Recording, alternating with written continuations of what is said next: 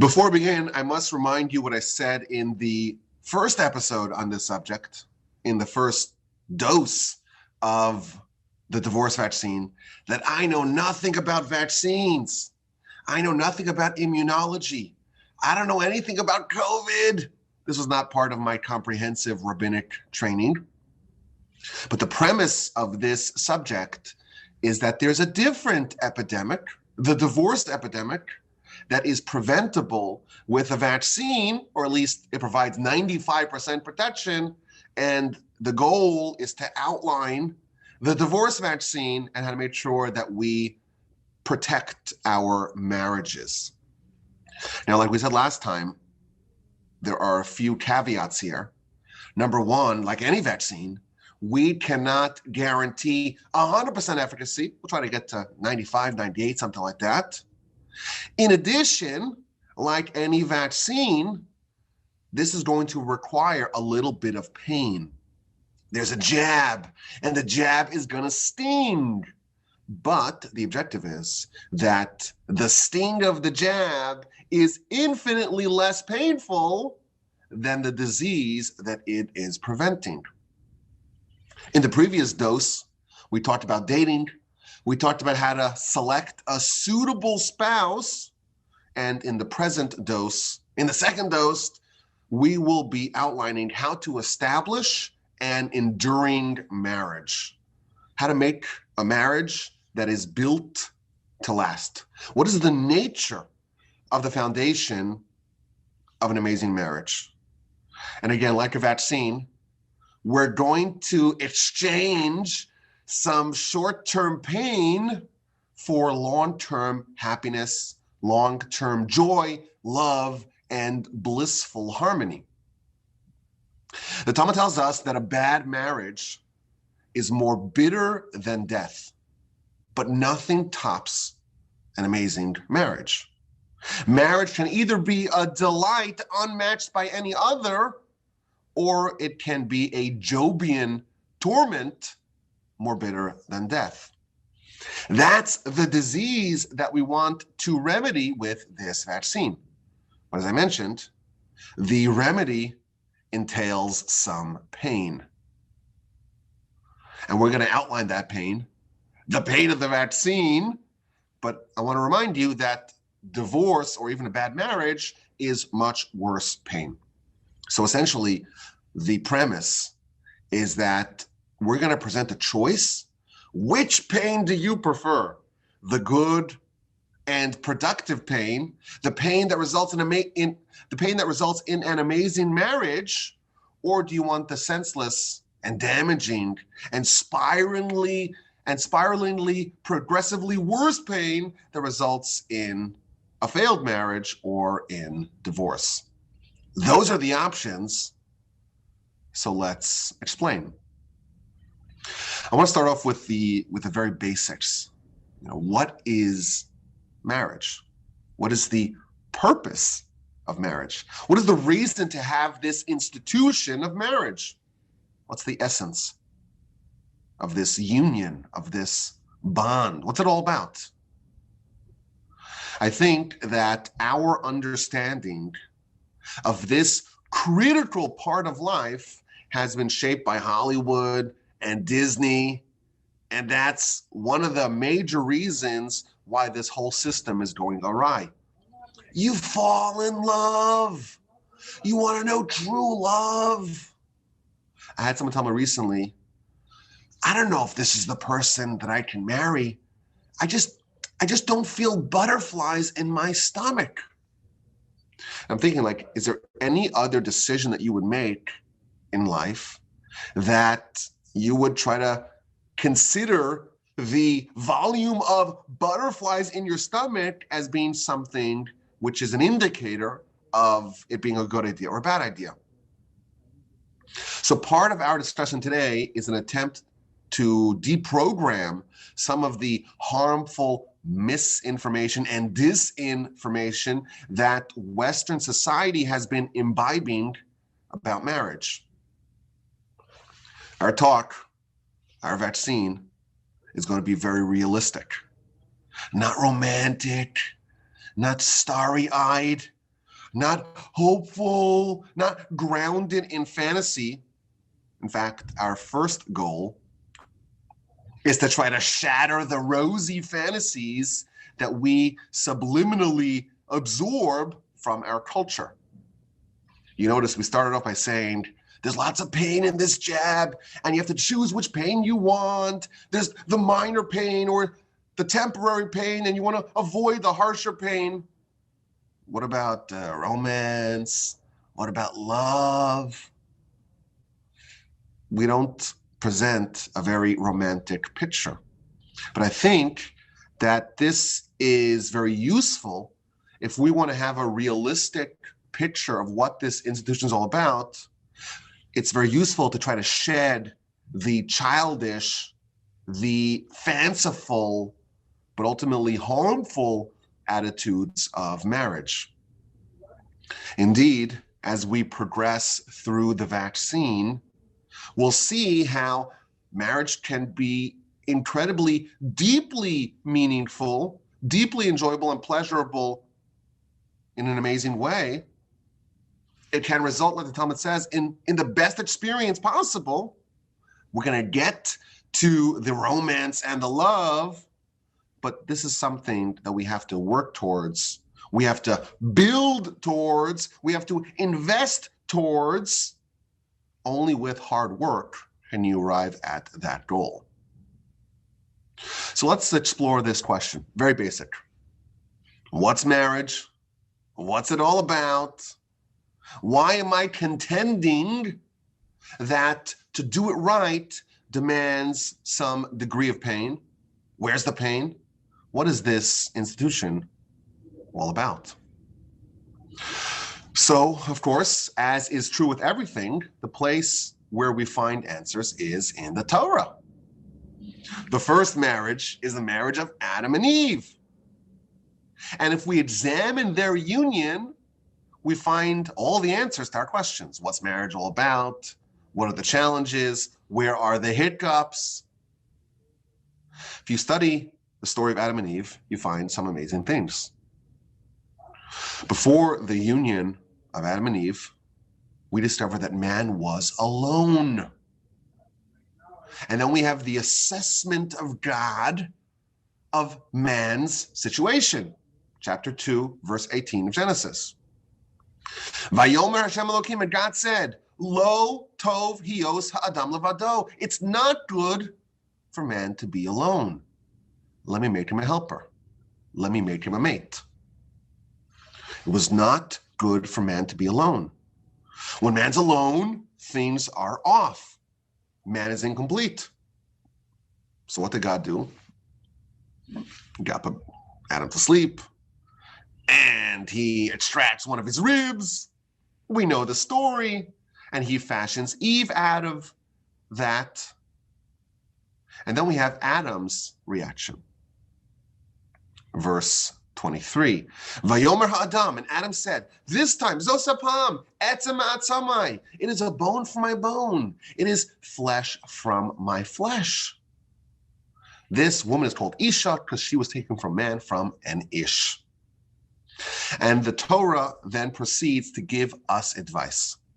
Al Kain, therefore, a man shall leave his father and mother, v'davak b'ishto, and shall cleave to his wife, v'hayu lebasar echadish, become one flesh. In this exchange, in this narrative, we discover something incredibly deep, profound, and life-changing. Adam was alone. The Talmud tells us that he was despondent. He was melancholic. And God fashioned Eve for him.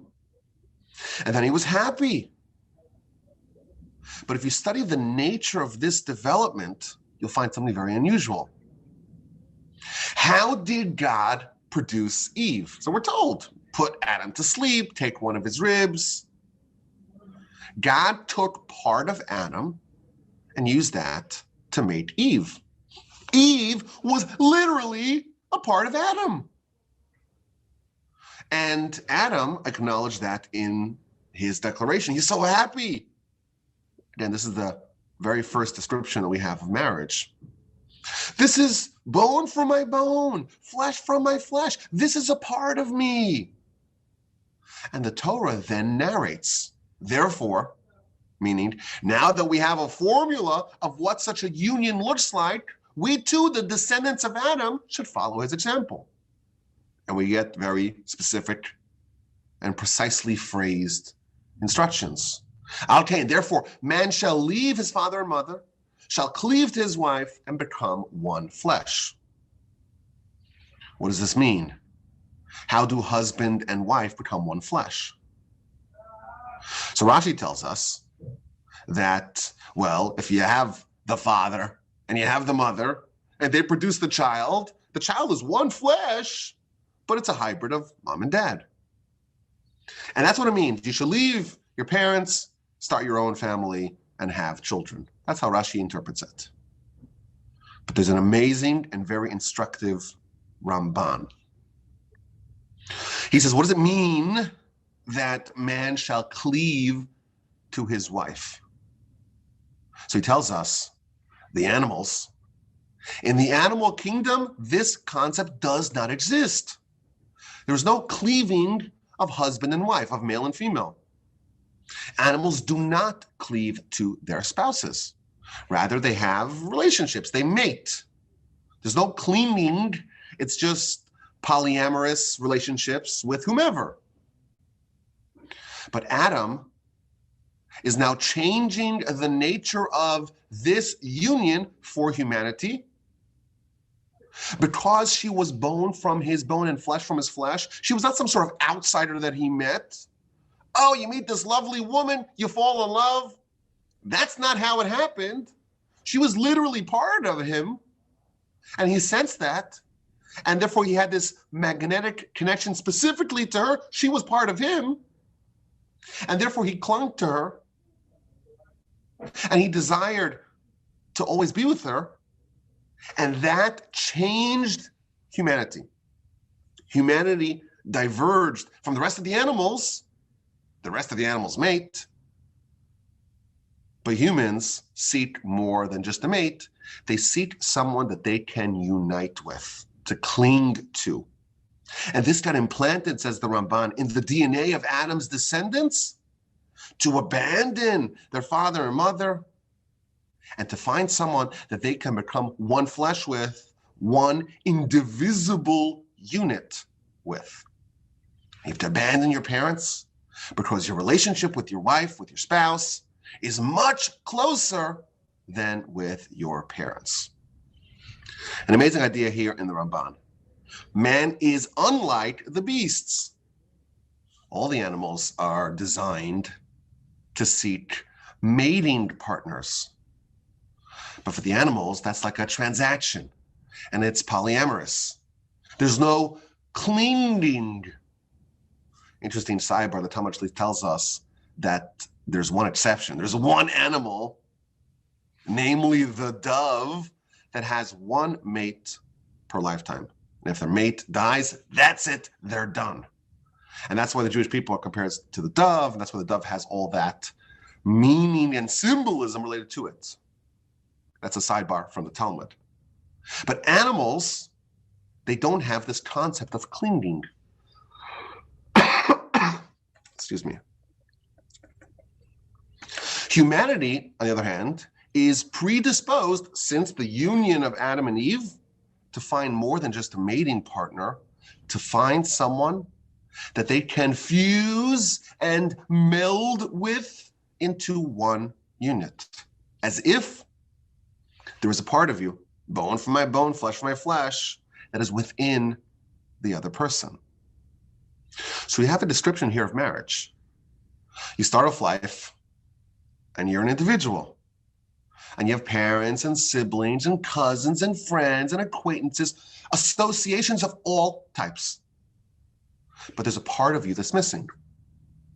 And when you find someone that you want to share your life with, you're committing to living your life with this person as if they are literally part of you. Bone from my bone, flesh from my flesh. So we have a description of marriage here. The marital union It's taking two people with different genders and different backgrounds and different families and different attitudes on a great many things, different temperaments and different idiosyncrasies and eccentricities, innumerable differences in every area of life, taking those two people and fusing these opposites into one. This is an incredible insight into the core definition of marriage. Marriage, by the Torah's definition, is taking two ostensibly disparate and distinct entities and forging them into one, welding them together as one, so that they should become one flesh. Now let's elaborate on this a bit further. What does it mean to fuse two into one? What does this entail? What are the challenges of doing this? And as always, we'll start with the principles and proceed to the practical applications. The first thing that this entails is that you have to leave. You have to abandon. You have to leave your father and mother. Again, the verse frames marriage as the rejection, not the rejection, but the abandonment, the departure of one identity. You should leave your father and mother, and you should adopt a new one. Abandon your father and mother and cleave to your spouse and become one. The first requirement here is to abandon your father and mother. What does that mean? It means that you have to abandon your previous identity. In order to forge a new identity, the disparate parts have to divest, dissociate, discard, and abandon their previous identity.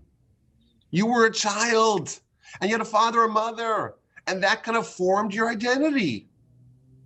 But that's really a half identity, or a half-denity.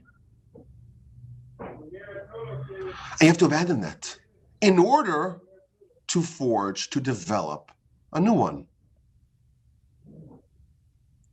When we talk about the pain of this vaccine and the trade-off, this is what we're talking about. You have to make a choice to walk away from a previous identity, to dismantle a previous identity, and to build and foster and forge a new one. This could be very frustrating. This could be very painful. Since you were a kid, your whole world, your whole universe has been you. We start off life as completely selfish entities. I always make the joke that little babies never wake up in the middle of the night to tend to their crying moms. Doesn't happen like that. Everyone starts off as being selfish. And you sense your own pain and pleasure, but not that of the other. Your identity is you. The Talmud, in fact, not the Talmud, the Torah, in fact, defines a single person as someone who comes with the edge of their clothing, meaning their entire universe ends where their clothing ends. You're alone. It's just you and your world. And you know what? The longer that you are single, the more entrenched that half-identity becomes.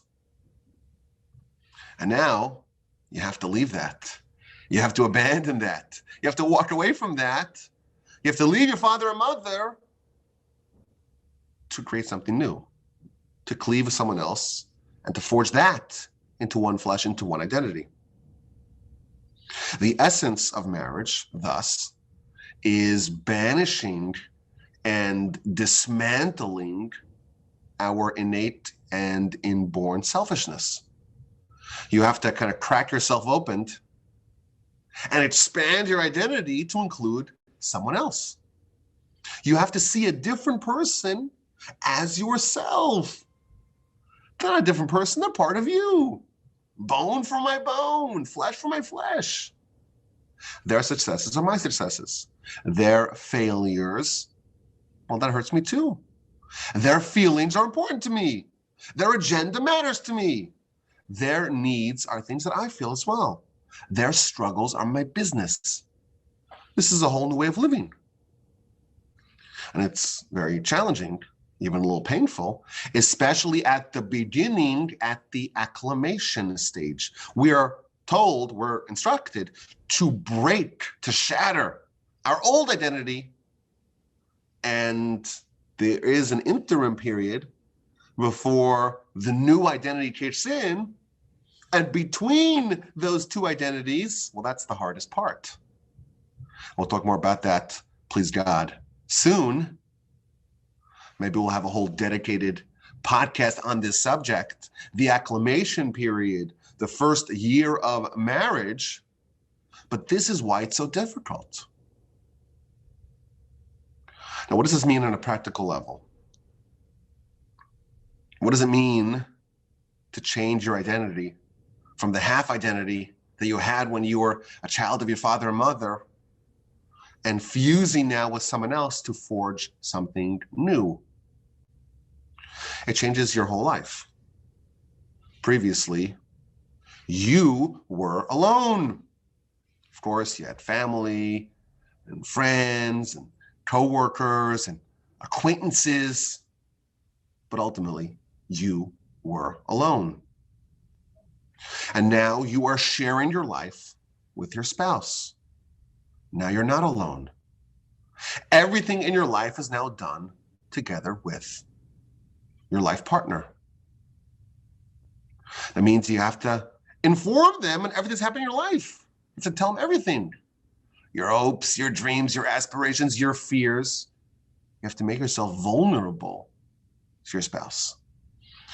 Everything that happens in your life on a day-to-day basis, you have to clue them in on. You gotta tell them where you're going, when you get back, what happened, who you met, how your day went, what happened, what are the challenges, what are the things that irritated you, what are the things that delighted you. You have a partner. You have to completely open up to them. You have to tell your spouse also about your previous life. Get to know them and have them know you.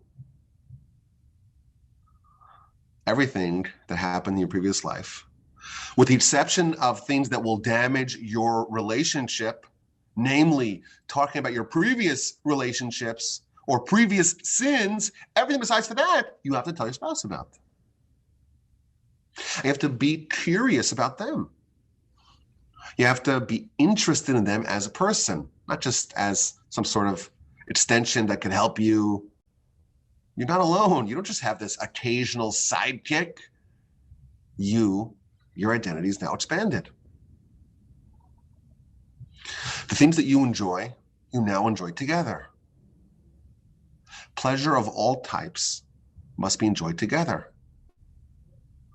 My grandfather, bless him, used to tell young grooms that before they got married, they'd be walking on the sidewalk and they'd pass a bakery and they'd smell the wafting aroma of some cupcake or some sort of croissant. And they say, you know what, I could really use a croissant or a donut. And they go and buy themselves one. Once you're married, you never buy just one. You always buy two. Why? Because your life is now, you're experiencing it with someone else. You always think about your spouse. Before marriage, your life was about, pursuing pleasure on your own, avoiding pain on your own, setting your agenda, whatever your agenda is. And now that's all done in tandem. I find it very distasteful when I see married people going on vacation without their spouse. If you have someone that's bone for my bone, flesh for my flesh, you go with them. Now, of course, occasionally, boys' night out, girls' night out, that's probably healthy, but you're enjoying life's pleasures together. And here's my controversial opinion alert. So if you can't handle controversial opinions, maybe listen with half an ear for the next 30 seconds. So in most shuls, they have a kiddush after davening, after prayer. There's a kiddush. I'm conscientiously opposed to a kiddush, and here's why. What happens a lot, I see this in our neighborhood. They have like a lavish kiddush after prayer, after davening, on Shabbos morning, Saturday morning. There's a long prayer, and then you're rewarded with this big kiddush, lavish kiddush. And over the course of the years, the kiddush and the array, the smorgasbord has gotten more embellished. I think it's bad, because what happens, in our shul at least, there's different shuls in the neighborhood, but some of them, they have, like a men's section and a women's section. And sometimes they open up and they have it all together for the kiddush. Some places not. But regardless, I see people, they're coming and they fill up their plate and it's towering full of food. And they're just engorging themselves with food. I'm like, how are you having such a good time without your spouse? And what happens if, you have a Shabbos meal prepared at your house and now you've just stuffed your face with food and you're going to get home and you're all full? What happened to spending Shabbos together as a family? Anyhow, that's why I'm conscientiously opposed to a kiddush. Maybe I should take this out of the podcast because it's very controversial. But this is the idea. You're not alone anymore. Why are you partying by yourself?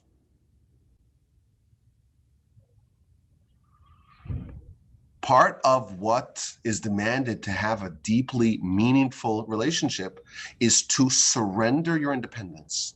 You have to give up something in order to become one flesh. The decisions that you make, the choices that you make, it's not just about what's best for you. It's what's best for you now in your expanded self. You've been fused together as one. That is the definition of marriage. That's the goal. That's what Adam showed us. That's what the Torah outlines and directs us to try to pursue. Now, I think that maybe this is the understatement of the year. Not really all marriages in the world are quite like this. In fact, I surmise very few marriages follow the Torah's advice of recreating your identity, abandoning the previous identity, and adopting the new one.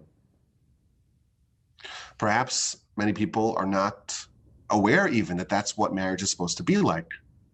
Or maybe they try to become one flesh, but then they encounter the pain that comes with it. They see the size, the intimidating size of the needle of the jab, and they get scared away.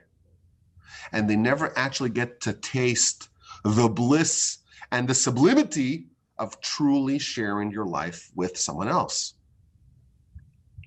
And the problem with this, maybe this is the problem with everything, the pain is often front-loaded, but the bliss, that romance and love that we talked about, that is backloaded, and therefore people just give up.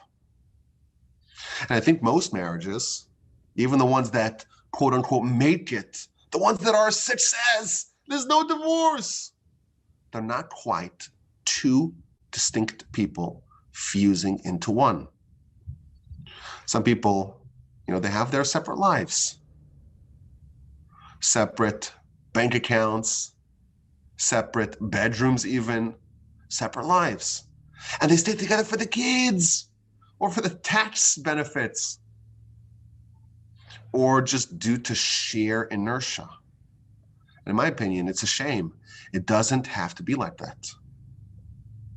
We could aspire to something much bigger.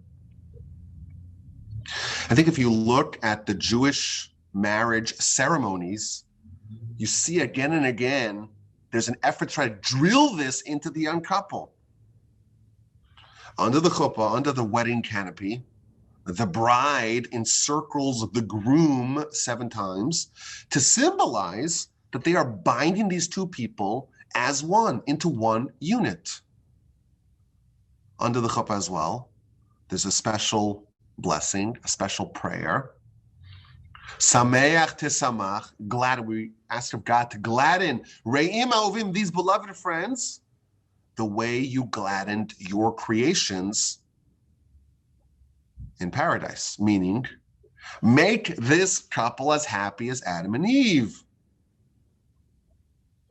And then for 7 days, the 7 days, excuse me.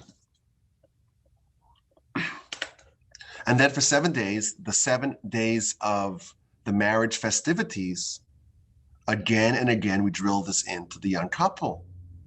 It's a prayer and a blessing, but also an aspiration and even an instruction to the young couple. Remember the marriage of Adam and Eve and try to emulate it. Now, was Adam and Eve's marriage, was it the model union? Didn't they fight? Didn't they blame each other? Didn't Eve give Adam the terrible advice to eat from the tree, and then Adam threw Eve under the bus?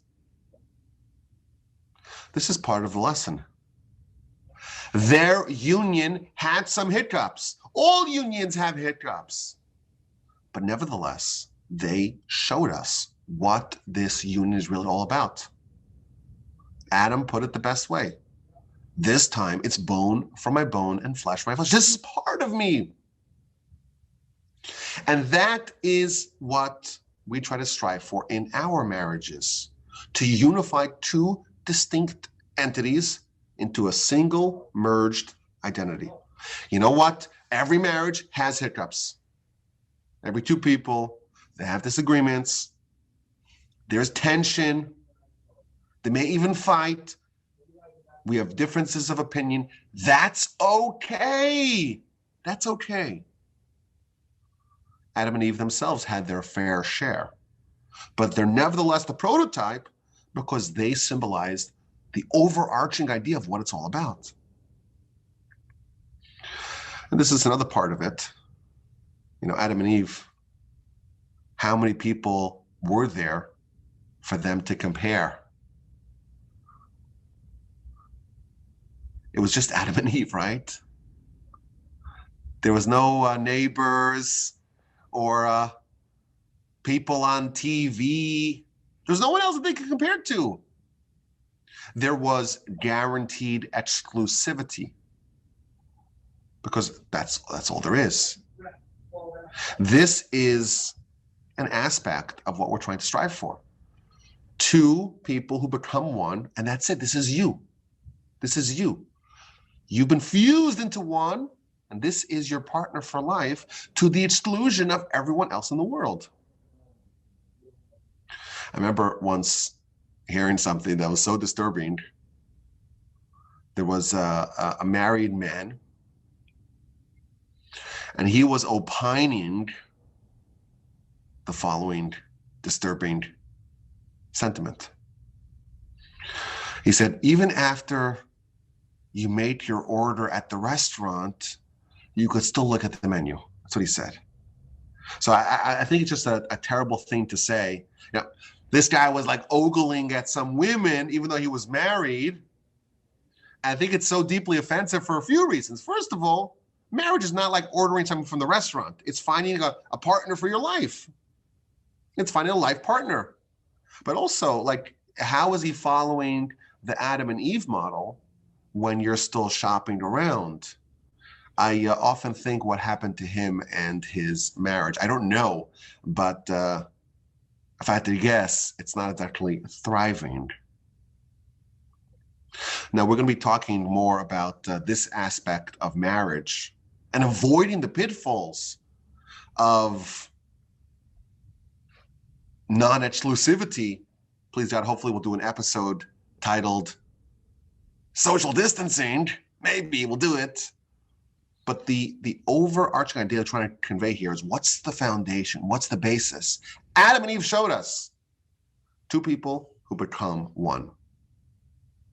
Whatever you want out of life, you desire that for your spouse. You pray for yourself, pray for your spouse. I've told people in the past that there's a special prayer that we say at the end of the Amidah that has your name in it. You read a verse that has your name in it. Say 2 verses, your name and your spouse's name. After all, you're one flesh, you're one person. Fuse into one. Another point. You are closer with your spouse than anyone else. I've seen this. Maybe everyone's seen this. It's really disturbing to me. You never chat with someone else about your spouse, as if you're closer with them than with your spouse. And never, ever, ever joke or laugh at your spouse or at your spouse's expense with other people. The person in the world that you're closest with, this is your bone from your bone, this is you. It's your spouse. Never joke with others about them. And in general, I think it's very helpful to banish cynicism about marriage. You see this a lot, and to me, it's really, really disturbing.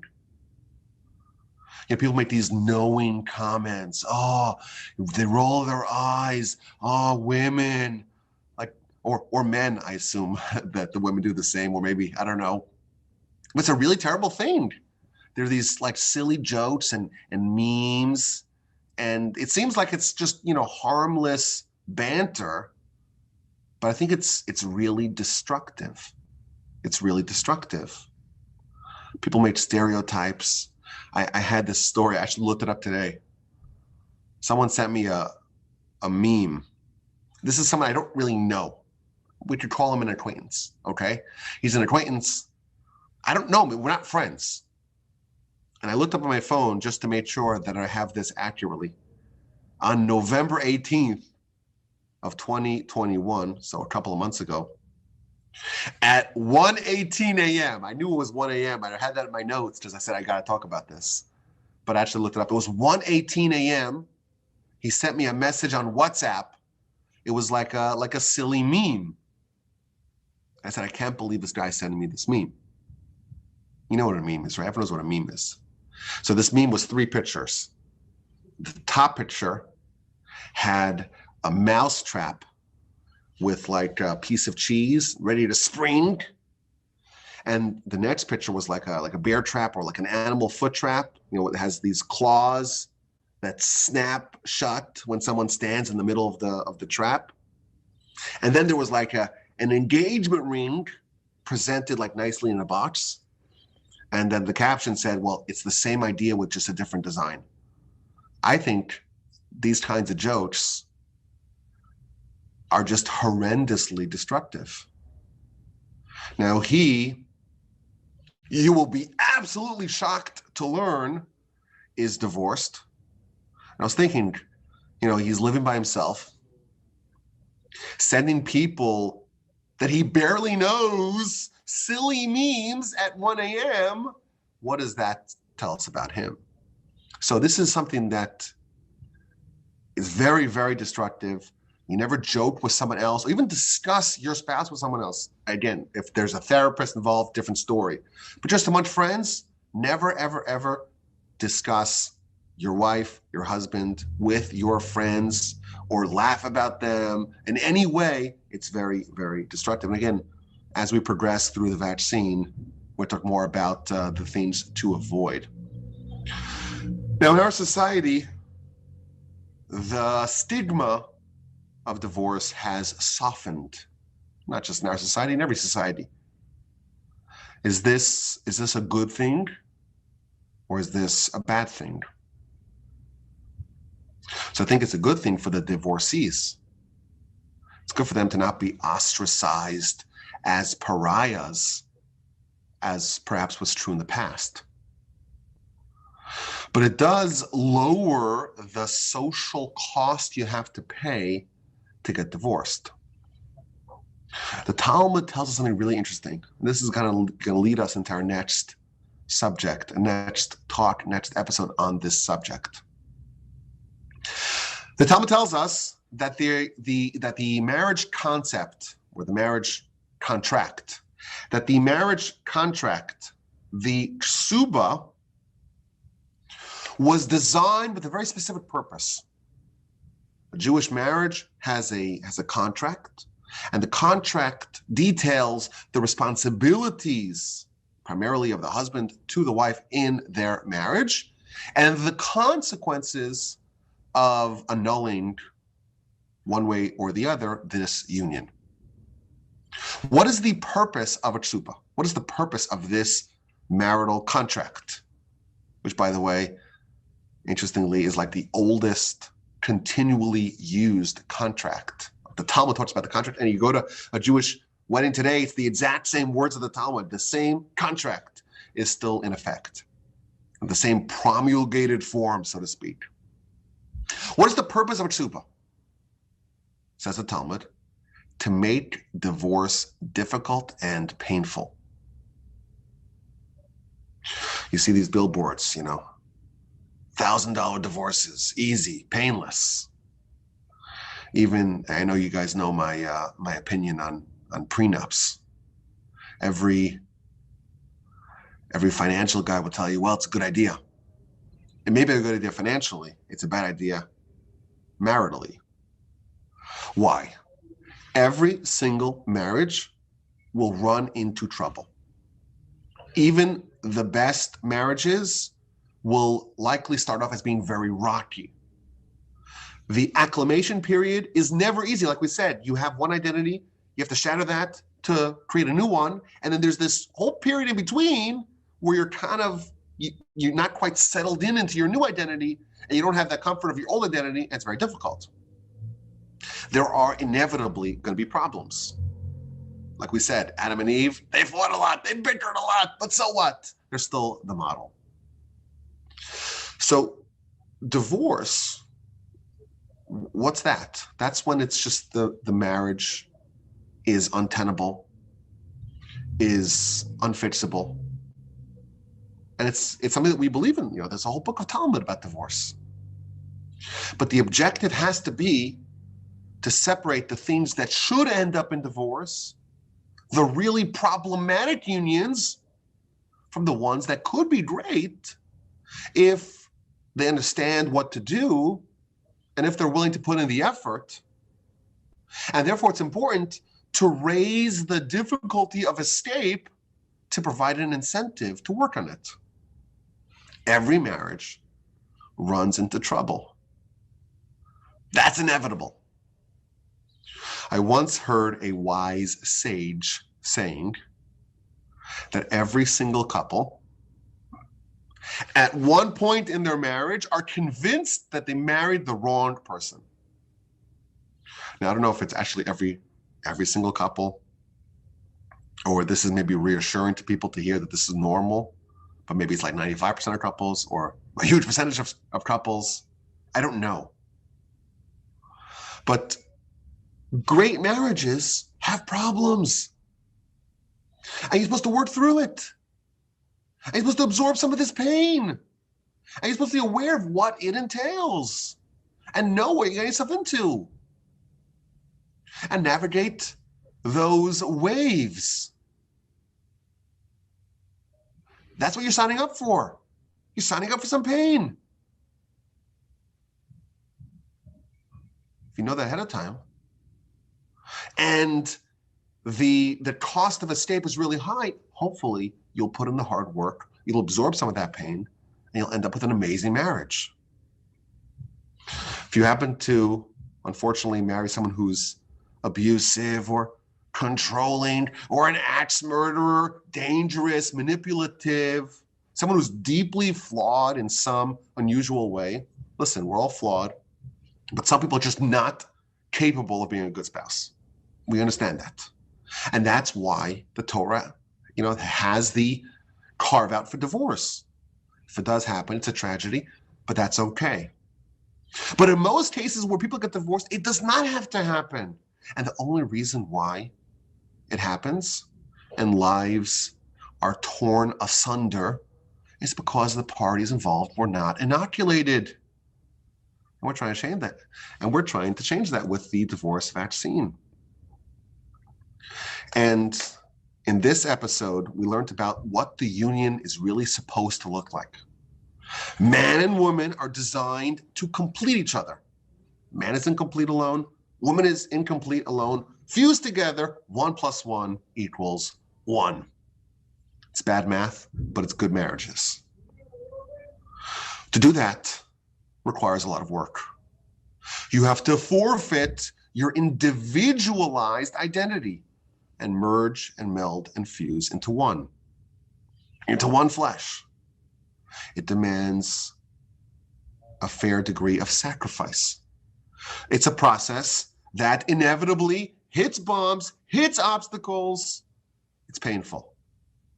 And there is an acclimation period. The Torah tells us for a minimum of a year, it's a different period. It's a period of acclimation. This is the period of laying down the foundation. When you lay down a foundation, it's all hard work, and there's no benefit of the edifice.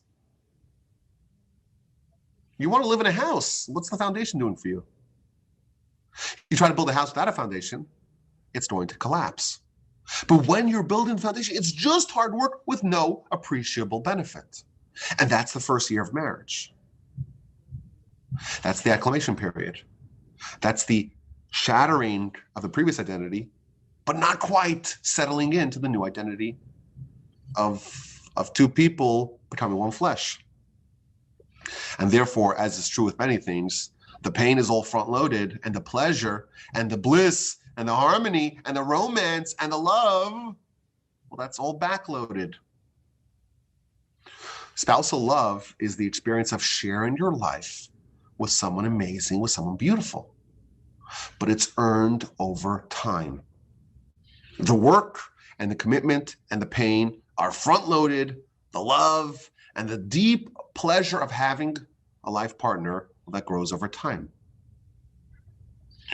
Alone, we're incomplete. Alone, our potential is capped. The Talmud tells us something very severe. This is found in the book of Yevamos on page 62b on the bottom, going into 63a on the top. Kol Adam, every man or every person that does not have a spouse, does not have joy, does not have blessing, does not have goodness, does not have Torah, does not have a choma, which means like a wall, a defense. And finally, the Talmud makes the shocking statement: every person that does not have a spouse is actually not a person. Meaning, you are a person, of course, and you can be happy and joyous and have blessing, but you're a half-identity. You're half a person. You're not a full person. When united together with a spouse, our potential in every area, bracha, blessing, simcha, joy, tova, goodness, even Torah, it's expanded 1,000-fold. Without a spouse, we are so incomplete that it can be justifiably said about us that we're actually not a person. We're a half a person. We're a potential for a person, but we're not quite a completed entity.